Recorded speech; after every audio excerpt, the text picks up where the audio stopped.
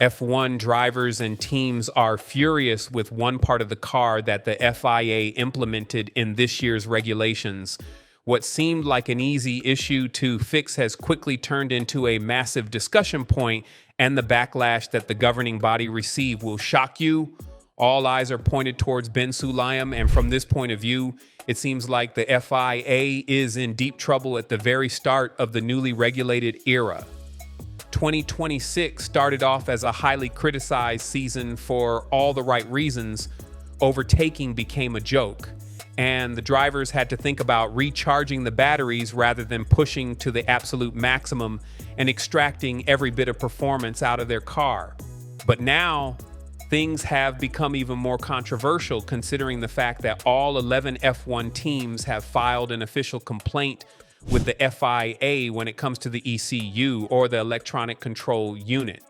And the course of the complaints can alter the potential upgrades that the FIA will bring to this era, if that's written in the cards somewhere.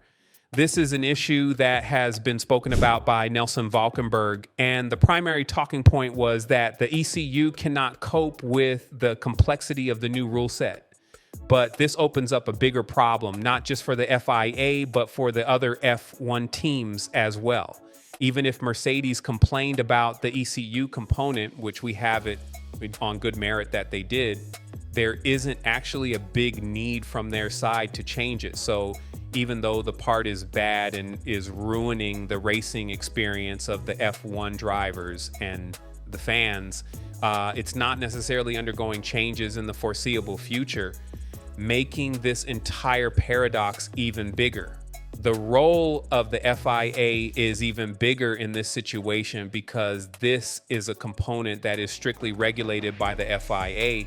It's given to the teams from a central source. And according to the reports, the ECU is not clever enough to deal with all the computations that are needed per lap. This is why teams like Red Bull have jumped on the hate train and said the car is glitchy, and there are tons of calculations that need to be made in order for a perfect lap to be executed. As Verstappen said, the next lap could be 4/10 better or 4/10 worse, and the driver, who is the most important factor in racing, is not asked about this. It's all in the hands of the electrical power of the car, and the people are not happy with this centrally sourced component that is incredibly important to how this regulation set works. But what does the ECU hold in its nature?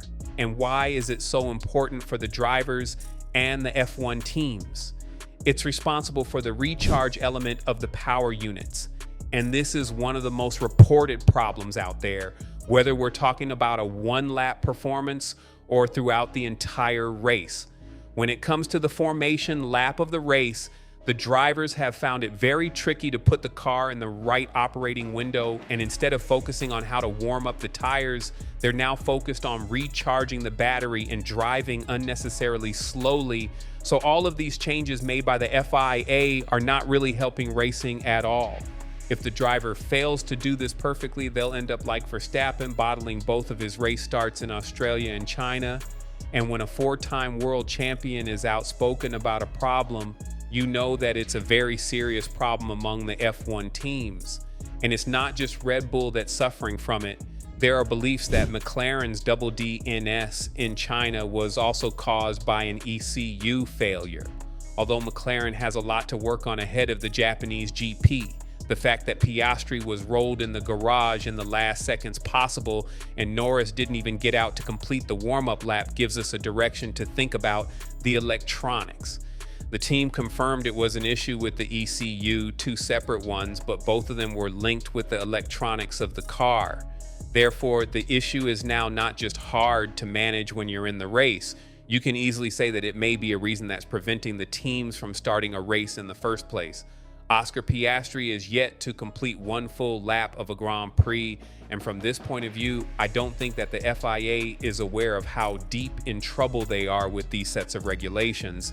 A team that has also failed to get on top of 2026's era is Williams, and Carlos Sainz wasn't afraid to throw his critiques towards the regulations. A point of discussion was brought up with the super clipping phenomenon. where engines are losing massive amounts of power once the battery reserves are drained.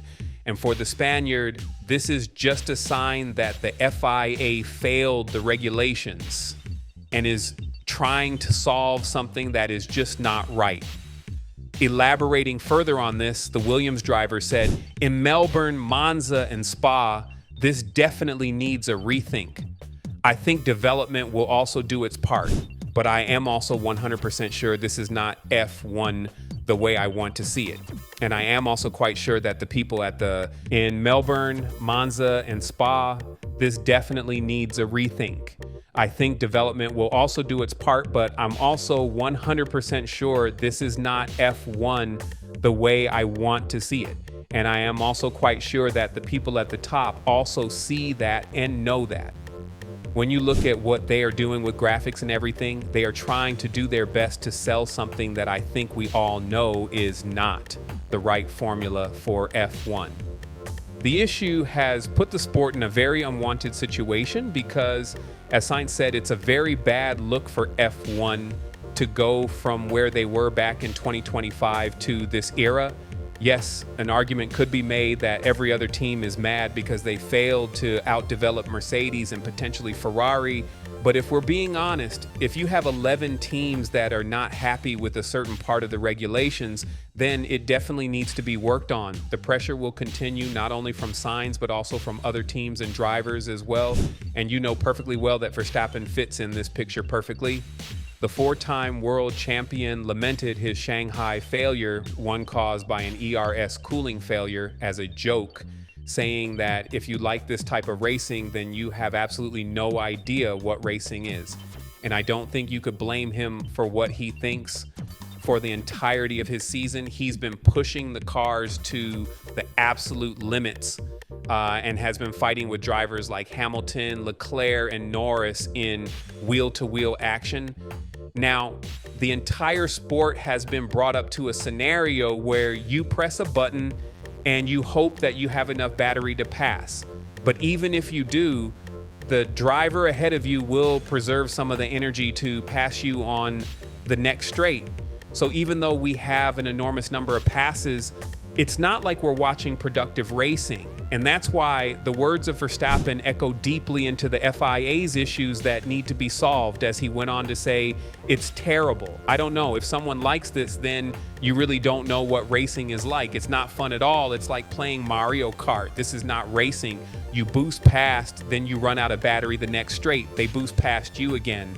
For me, it's just a joke." The four-time world champion has offered his insight on what the FIA should do in order to fix this problem. And the main focus should be on the 50-50 split between the ICE and the battery. In that regard, Verstappen hopes to see that the battery would play a much less significant role in racing because, as Alonso said, we're currently participating in a battery championship. Fortunately for these two, they've gathered the support from others, including fellow F1 drivers like Norris, but whether or not the FIA will listen to them is not a guarantee. Keep in mind that other racing categories like Formula E and IndyCar have already made fun of F1, so it's definitely not a good look for the sport in terms of where we're headed. It's one thing to invest in eco-friendly solutions, but if it comes for the sake of racing and taking away as much as possible from the driver's factor, then I'm afraid the sport will only continue to decline. This was a fear that many teams and drivers had pointed out before the regulations even took place. But from this point of view, is there anything that can be salvaged? And if so, can F1 be turned into a highly competitive championship where more than two teams are going to win races in a consistent manner?